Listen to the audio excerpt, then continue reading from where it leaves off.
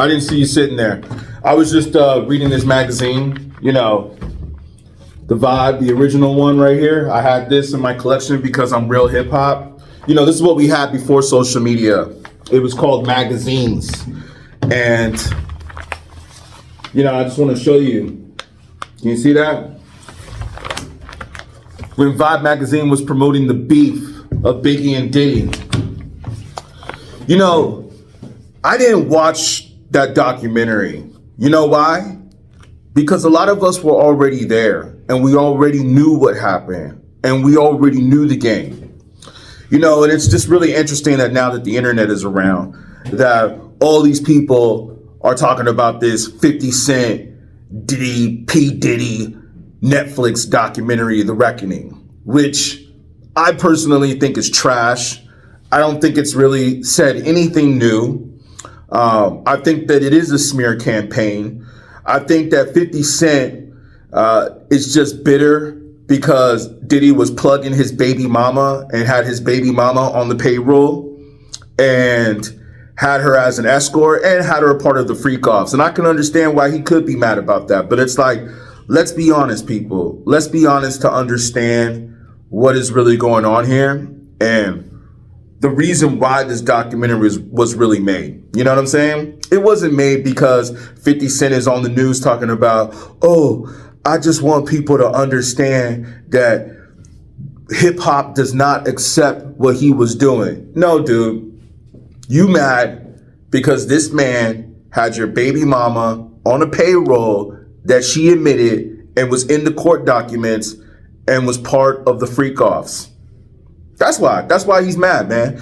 And you know, and it's so weird how I see these people speaking on this that are not even part of the hip hop culture. You can tell that they're not part of the hip hop culture because the way they report it, they're just saying the same things that we already saw all over Twitter. We don't need you saying that Diddy is trying to file a lawsuit against this or whatever threats he's making towards 50. We already know what time it is, man.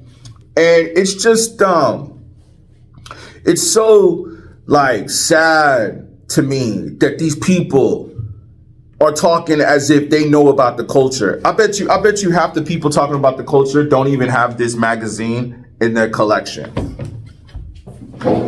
You know what I'm saying? Like, I'm willing to bet.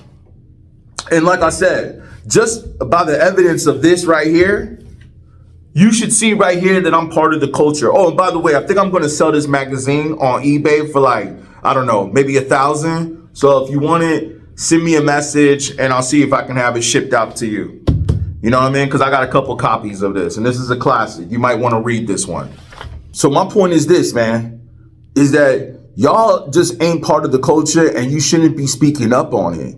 You know what I'm saying? And it's like I said, man, those of us that were there, we already knew what time it was. And then you got these other cats that were like producers. What is that dude's name? Lil Rod, which is already a weird name, talking about he woke up with Diddy next to him in the bed and his butt was hurting and he didn't know what happened. Man, let me tell y'all something. Stop making hip hop gay.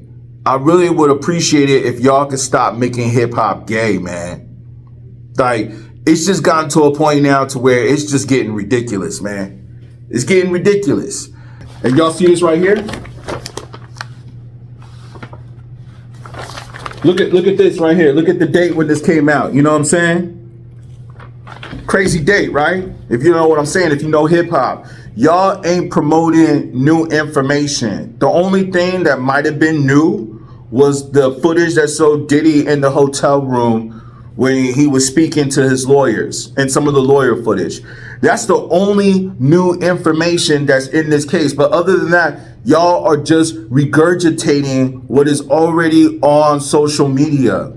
You ain't saying nothing new. And I bet you there's a bunch of slave masters that are behind this and they're putting 50 out there as the front runner. Like, hey, we're going to make you the face of this documentary. You know what I'm saying? And it's just really reminiscent of the slave trade, man. Let's not forget, yo, if we want to do a little bit of history, let's not forget that black people were also slave owners too, that sold other black people to slave masters. Go back and watch the movie Shaka Zulu or the docu-series Shaka Zulu. You know what I'm saying? Go back and watch Roots. Oh yeah, I forgot. This new generation doesn't do history. Their history is looking at Twitter posts, you know what I'm saying, from years back. That's their definition of doing history today. And it's even funny when I see people like the Breakfast Club with Just Hilarious, who looks like she ain't got no place on that show. Doesn't even look like she knows where the heck she at. You know what I'm saying?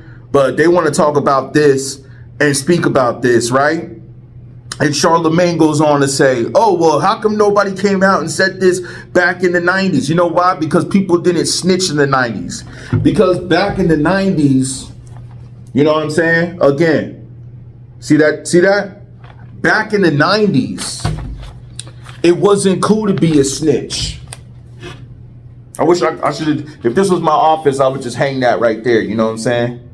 Maybe I will keep this for myself, so I could have a couple to hang on the wall. Like I said, man, back in the 90s, it wasn't cool to be a snitch, man. That's what I'm saying, man. We are in a weak generation of hip hop.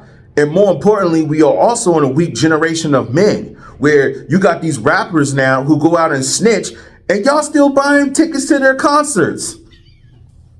Man, that ain't hip hop, yo. That ain't hip hop. What's going on right now ain't hip hop. And I want to also say this.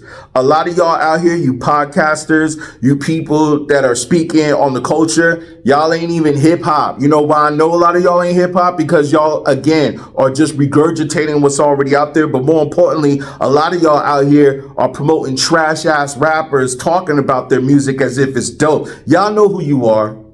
Y'all know who you are, man. There's a lot of weakness out here, man. There's a lot of whackness out here. But like I said, man, it's time for those of us that know what's up with the culture to step up. And like I said, man, do me a favor, man. Hit that like button so we can get this algorithm going, and subscribe to the channel. You know what I'm saying? Because I'm going to put it down right now, man. I'm going to put it down. We doing long form content now. I was doing shorts content, and that's how I got over to 100,000 followers so fast. But you know what, though? I feel like it's time to start getting back to doing that long form content. Because, man, there's so many industry puppets, so many industry plants. I guess that's what we're calling it now, industry plants. But I think back in the day, we used to say industry puppets. Same thing though, man. But there's a lot of people out here speaking on the culture that ain't hip hop. And I'm going to tell you right now, I'm going to come through and I'm going to start checking them. Again, I used to work with Interscope Records. So respect to M, respect to Dre, respect to 50. But I got to say, man, 50, just be honest and just be the truth, dude. Just say, man, you a beta male and you upset that this man was plugging your baby mama. That's the only reason why you can have this much passion to do this.